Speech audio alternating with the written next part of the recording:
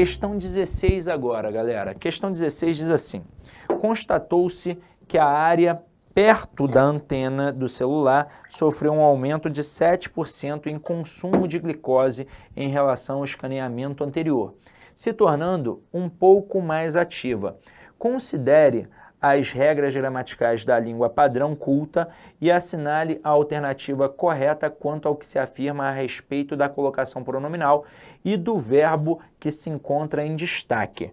Turma, reparem que aqui a gente tem uma vírgula. Então eu estou iniciando uma estrutura. E eu agora vou te ensinar talvez de uma forma bem diferente.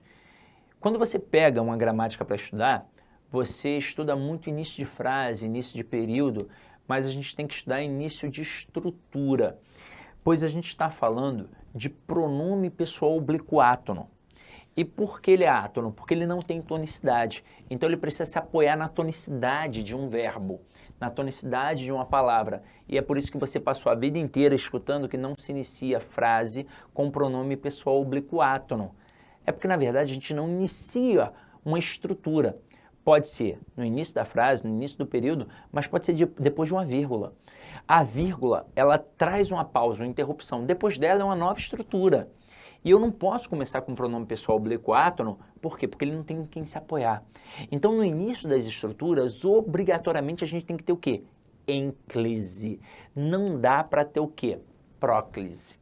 Então, aqui, quando você olha para essa estrutura, você sabe que está errada. Então, olha o que a gente tem aqui. Letra A, o pronome está em posição mesoclítica. Mesoclítica, aliás, em posição de mesóclise, ou posição mesoclítica. Significa que está no meio do verbo. Aqui está no meio do verbo? Não, está antes do verbo. Letra B, o pronome está em posição de ênclise. Ênclise é o quê? Depois do verbo. Ele está depois do verbo? Não, ele está antes. Letra C, por estar após a vírgula, iniciando a oração, o pronome deveria estar após o verbo. Sim, deveria estar em posição de ênclise após o verbo por iniciar a estrutura, sim. Então, a priori, nosso gabarito, ó, letra C. Letra D, o verbo, por estar no gerúndio, jamais poderia iniciar a oração. Não, besteira. E letra E, esse uso é facultativo na língua escrita. Facultativo nada. Se está iniciando a estrutura, não pode ter próclise, e sim ênclise. E eu vou ensinar para vocês 3 casos de proibição que vão fazer vocês entenderem, na verdade, todo o processo de colocação pronominal. Todo o processo. Então vem aqui comigo, ó. Anotemos 3 casos de proibição. Primeiro, não pode colocar o POA, né, o pronome oblíquo átono, no início de uma estrutura, como eu falei aqui com vocês. Então, nada de colocar assim, ó, me empresta o caderno? De jeito nenhum. Porque, ó, como é que eu vou começar se ele tem que se apoiar em alguém?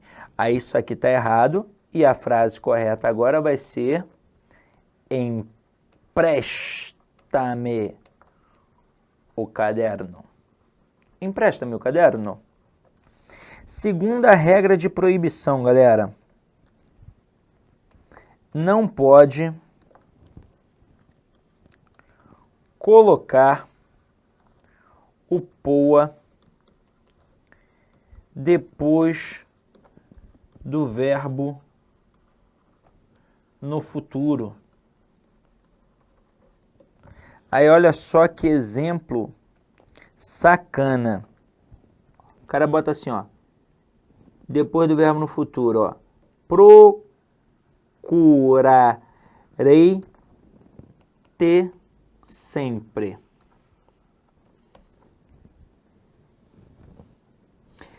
Aí olha só a malícia que a gente tem aqui.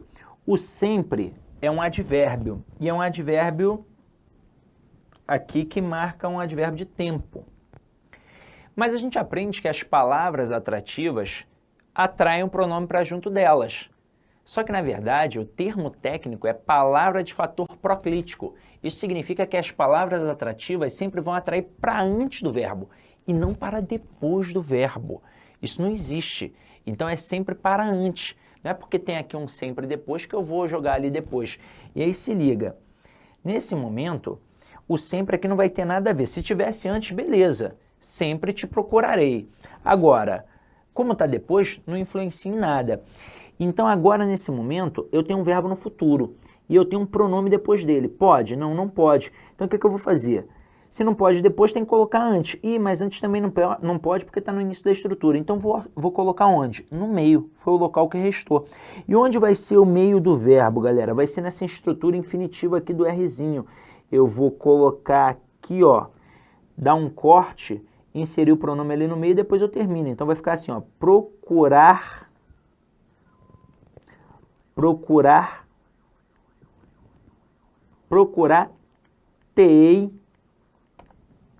sempre. Horroroso, né? Procurar-te-ei sempre. Por isso que a gente coloca no meio do verbo. Então, ó, procurar-te-ei sempre. Horroroso, procurarei sempre. Então, aqui a gente tem essa daqui correta e essa daqui errada. É procurar-te-ei, tá?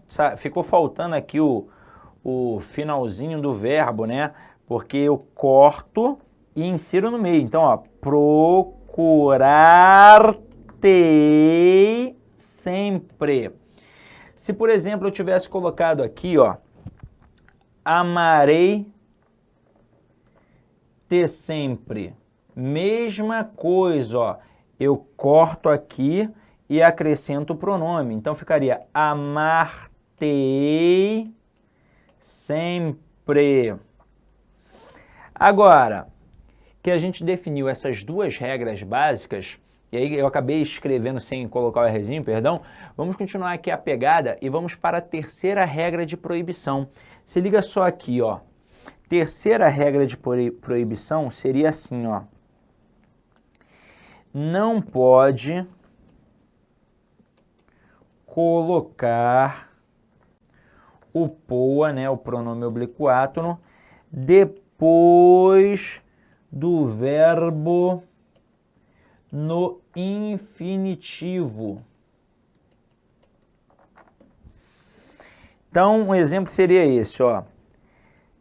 Tenho procurado-te sempre. Eu vou botar aqui bem parecido para a gente entender. Eu não posso colocar depois do verbo no infinitivo. Mas aí eu também não posso colocar antes da estrutura verbal, porque eu não posso iniciar uma estrutura com o POA. Restou onde? No meio aqui desse tempo composto. Então vai ficar tenho-te procurado sempre. Aí muita gente fala assim para mim, Sidney, este hífen aqui, ó, ele é obrigatório? Não, ele é facultativo. Eu posso escrever sem o hífen. Tenho te procurado sempre. E aí olha só que parada louca. Ele é facultativo e aqui não vai ter nem prejuízo gramatical nem alteração de sentido. Existe uma leve alteração prosódica, mas que em concurso não nos importa. Pois quando eu coloco com o hífen, perceba que fica assim, ó, tenho te procurado sempre.